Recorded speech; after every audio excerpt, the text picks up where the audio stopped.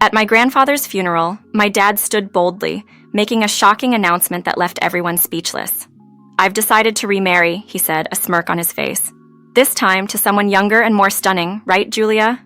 Julia, one of his younger employees, beamed and clung to his arm, amused by his words. Amid the funeral's somber atmosphere, my dad's words felt out of place. "Isn't today supposed to be about remembering the departed?" I thought, unable to hide my disdain.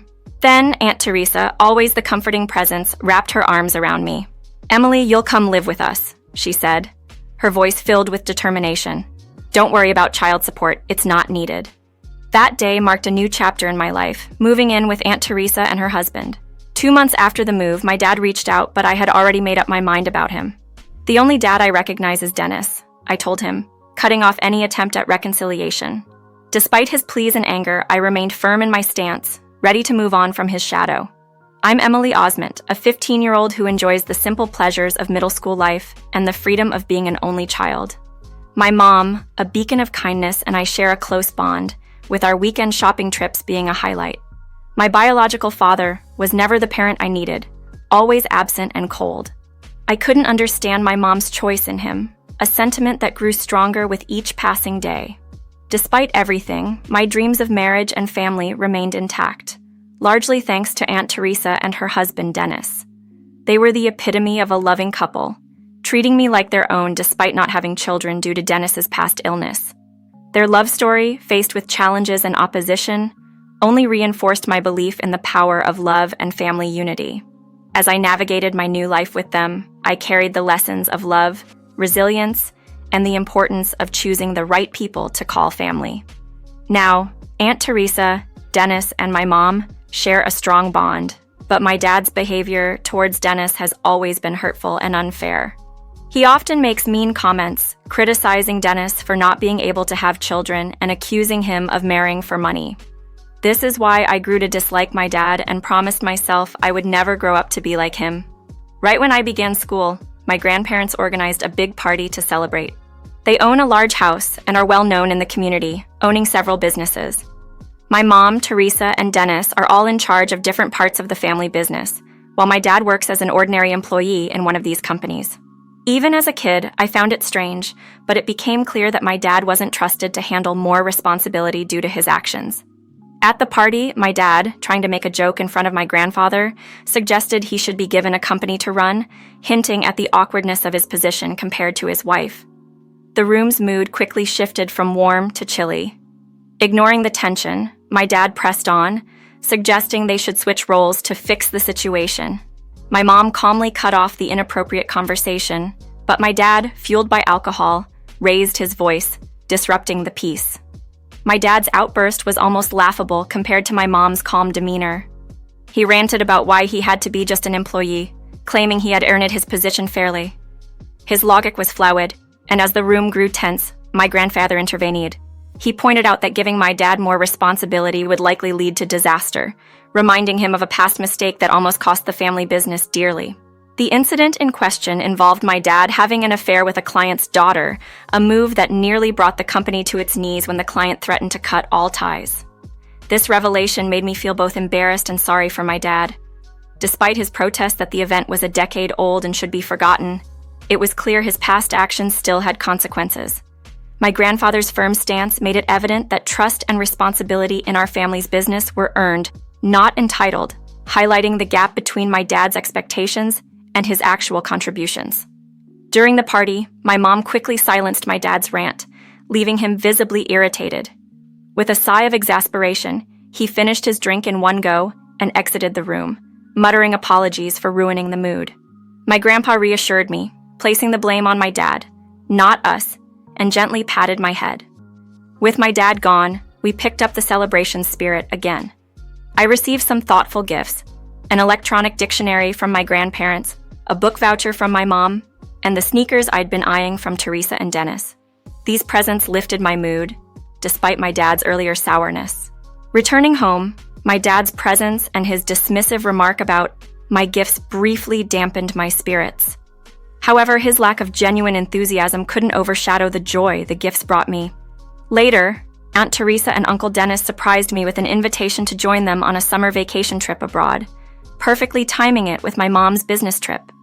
Expecting my dad to react negatively, I was taken aback when he supported the idea, mentioning his coinciding business trip.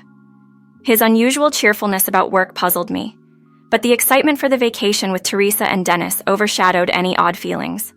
The trip was everything I could have hoped for. Breathtaking views, delicious cuisine, and luxury beyond my everyday life. Theresa even planned a special shopping day for the three of us, which thrilled me to no end. As we immersed ourselves in shopping and enjoyed tea and cake on a terrace, our perfect day was abruptly interrupted, Theresa's gaze fixed on a sight that made my heart sink. My dad, unmistakably cozying up with a young woman, both donned in casual aloha shirts. This wasn't new. My dad's history of infidelity was a shadow over our family, often dragging me into uncomfortable situations. Despite my deep love for my mom, I had learned to accept his actions with a heavy heart, though it never got easier. Theresa, filled with righteous anger, was ready to confront the situation, but I suggested we handle it differently. We decided to take a photo and send it to my mom, curious and anxious about her response. This approach, though painful, felt like the right step in dealing with my dad's repeated betrayals, marking yet another challenging moment in our family's story. The news of my mom's sudden passing hit me like a lightning strike. I was in disbelief, my heart sinking into an abyss of shock and sorrow.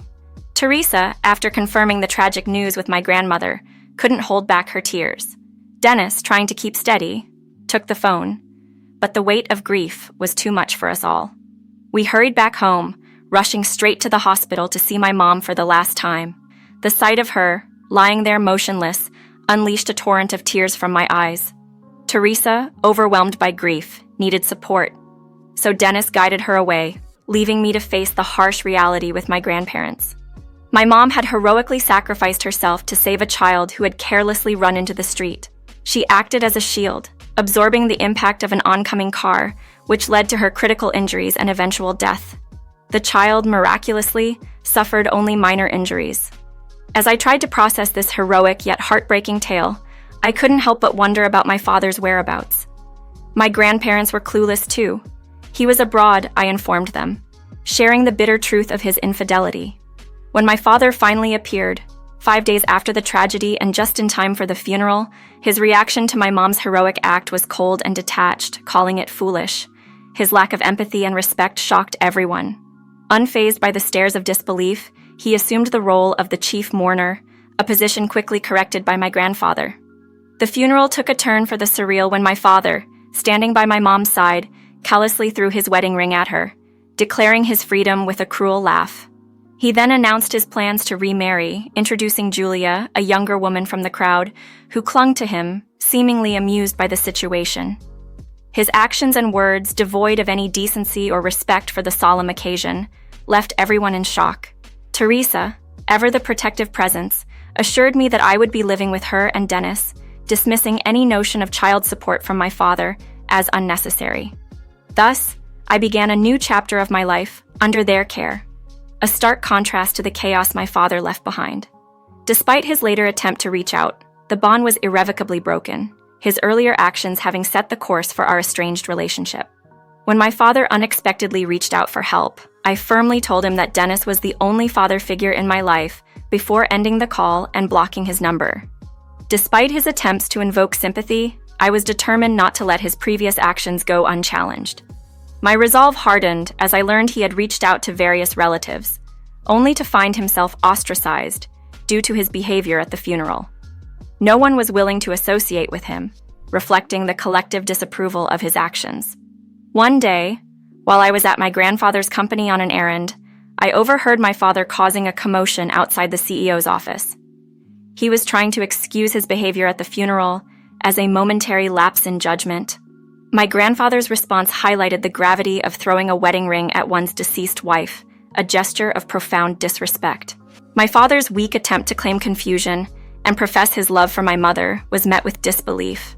Overhearing this exchange, I couldn't stay silent. My father, noticing my presence, tried to persuade me to vouch for his so-called love for my mom. But fueled by anger and disappointment, I voiced the truth about his lack of love and the pain he caused us. His reaction was one of rage, even demanding repayment for my upbringing as if it was a transaction, not a father's duty. At that moment, I was reminded of my mom's will, which explicitly denied him any inheritance due to his infidelity, highlighting his absence in contributing to our household. His ludicrous claim of managing my inheritance under the guise of not having divorced. My mom showed his desperation and misunderstanding of legal procedures. The divorce was already finalized, making his claims baseless. His suggestion to retract the divorce documents, as if it was a simple error that could be undone, showed a lack of understanding of legal systems and further emphasized his selfish motives. Even as a middle schooler, I could see through his manipulations and the shallow depth of his parental affection, which seemed rooted more in financial interest than genuine care. Understanding the legalities and the finality of my parents' divorce was clear to me, but my father seemed lost, clinging to a past that no longer existed. His attempt to dispute the divorce based on a supposed mutual love was met with disbelief and even laughter from my grandfather and me. His frustration grew as we couldn't take his delusions seriously. When confronted with the reality that my mom had initiated the divorce, his shock was palpable, leading to a breakdown behind the closed door. It was clear he hadn't anticipated my mom's decision, perhaps underestimating the depth of her resolve. The revelation that my mom had wanted a divorce, especially after learning about another of his infidelities during our coincidental trip abroad, seemed to hit him hard. His tears and questions about why she would leave him, despite his faults, betrayed a man struggling to come to terms with the consequences of his actions. Yet, despite his emotional turmoil, I found it hard to muster any sympathy for him. The situation escalated when security had to intervene, removing him from the premises as he resisted, still grappling with the reality of his actions and their repercussions. In the aftermath, my grandfather and I shared a moment of reflection, pondering what my mom ever saw in him. The decision to involve the company lawyer and secure a restraining order was swift, ensuring our safety and marking a definitive boundary my father could no longer cross. In the days that followed, I sought solace in the presence of my Aunt Theresa, trying to find some normalcy in shopping trips and daily life. However, an unexpected encounter with my father outside a department store shattered that semblance of normalcy. His appearance was shocking, unkempt, dirty, and desperate. He was a shadow of the man he once was. His plea for money, driven by sheer desperation, was a stark contrast to the father I remembered. His fall from grace was complete when he revealed that his new partner had left him, taking with her the illusion of a better life he had chased. His plea for help, rooted in familial ties, was hard to reconcile with the pain he had caused. It was a painful reminder of how far he had fallen, not just in terms of his financial and social standing, but in the eyes of his family. His situation, while pitiful, was the culmination of his own choices, a bitter truth he was forced to confront in the most humiliating way. In the face of my father's desperate and disheveled plea for help, I nearly let my anger get the best of me, biting back a harsh retort. Beside me, Theresa, now my legal guardian, was visibly seething with anger over his audacity to seek sympathy after all the hurt he caused. Despite his apologies, it was clear that his remorse was shallow, only surfacing due to his current predicament. In a firm and calm voice, I informed him of the legal adoption that had taken place, making Theresa my official mother and legally severing any ties I had with him. His shock was evident, a result of his long-standing neglect and failure to understand the consequences of his actions. His concern quickly shifted to the matter of inheritance, to which I coldly clarified that there was nothing left for him, highlighting the absence of any financial obligations towards him from our side. His reaction was one of indignation, clinging to the outdated notion of parental entitlement despite his failures. But I stood my ground, expressing my disdain for his past actions and making it clear that any affection or respect he presumed was owed to him was non-existent. The mention of the restraining order was the final straw, emphasizing the legal and emotional distance now between us. As security intervened to prevent him from following Theresa and me, the reality of his isolation became palpable. Even as he was taken away by the police, his calls for me in defiance of the restraining order were a testament to his delusion and desperation.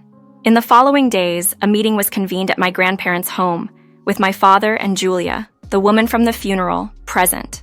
Their nervousness was palpable, a stark contrast to their previous arrogance. My grandfather, alongside our lawyer, laid out the purpose of the gathering.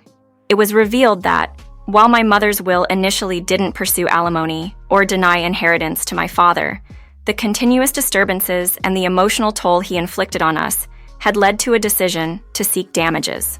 This included pursuing claims not just for the emotional distress caused by the affair, but also against Julia for her role in the situation. This shift towards holding my father and Julia accountable marked a turning point, not just in seeking justice for their actions, but in affirming the strength and unity of our family. The legal steps being taken were a testament to the resolve of Theresa, Dennis, and my grandparents to protect our well-being and honor my mother's memory, ensuring that the consequences of my father's actions were finally being addressed. In a decisive meeting led by our lawyer, the announcement that my father and Julia would be pursuing alimony claims against them visibly unsettled both. Furthermore, their immediate termination from the family business was put on the table, pushing Julia into a corner of desperation.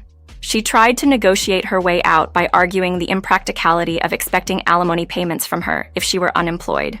Her plea, however, fell on deaf ears, especially when she attempted to deflect blame onto my father, claiming she was coerced into the affair. This accusation sparked a heated exchange between them, quickly silenced by my grandfather's commanding presence. The atmosphere was tense as the lawyer laid out the documentation for the claims against them, emphasizing the inevitability of their financial obligations. Despite Julia's reluctant compliance, my father hesitated, overwhelmed by the situation. Dennis's intervention, subtly reminding my father of the gravity of his betrayal, was powerful. He didn't need to raise. His voice, his words, heavy with disappointment and unspoken grief, made my father visibly shrink. Dennis's connection to my mother, his disapproval of my father's actions, and his unwavering support for us underscored the depth of the betrayal felt by those who had once considered my father's family.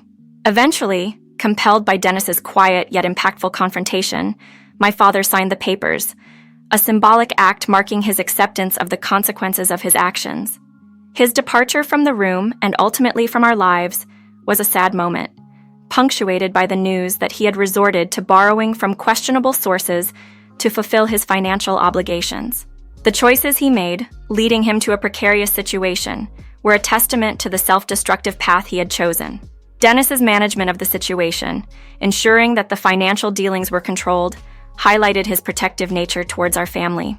My father's subsequent disappearance, possibly to avoid further repercussions or the weight of his guilt, closed a painful chapter in our lives. Despite the harsh reality of his fate, it was difficult to muster sympathy for someone whose actions had led him so far astray from those he once called family. In the aftermath of everything that unfolded, I found myself harboring a sense of justice that perhaps went beyond mere forgiveness. The thought of my father facing the consequences of his actions through the pressures of his creditors seemed, in a way, fitting. Julia, too, faced a stark turn of events. Her involvement with a married man led to not only financial repercussions, but also personal ones. After being sent back to her rural hometown by her parents, she was quickly married off to a much older man, thrust into a life filled with hard labor and familial responsibilities, a consequence, it seemed, of her actions. As for me, my life has been filled with warmth and care by Theresa and Dennis, who have truly stepped into the roles of my parents. They guide me with love, sometimes firm, but always fair, ensuring that the memory of my mother is kept alive through small rituals and remembrances that bring us closer to her spirit. Their relationship stands as a beacon of hope for me, a testament to the enduring strength of love and commitment. My bond with my grandparents continues to flourish, with their boundless energy and plans for the future, including their well-intentioned but premature ideas about my education abroad. While I cherish their support, I've expressed my desire to stay grounded in my current life in Japan, surrounded by friends and the familiarity of home. School has become another area where I'm finding my footing, taking on responsibilities within the student council that challenge and fulfill me. At home, my interest in the English language has blossomed, with Theresa providing me with books that were dear to my mother. This new passion has sparked a dream in me to become a translator, a goal I'm beginning to pursue in earnest. Despite the pain of losing my mother, the love and support from those around me have been a constant source of strength. I've started keeping a diary as a way to bridge my past with my future, hoping to share my journey with my mother someday. Theresa and Dennis's understanding and acceptance have given me the space to grieve and grow in my own time, cementing their place in my heart as a second set of parents. For their upcoming anniversary, I've prepared a special gift, a gesture of my deep affection and gratitude for their unwavering support. My daily conversations with my mother's photo have become a cherished ritual, a moment of connection that starts each day on a note of hope and reflection. The clear blue sky outside seems to echo her support, a comforting thought that carries me forward.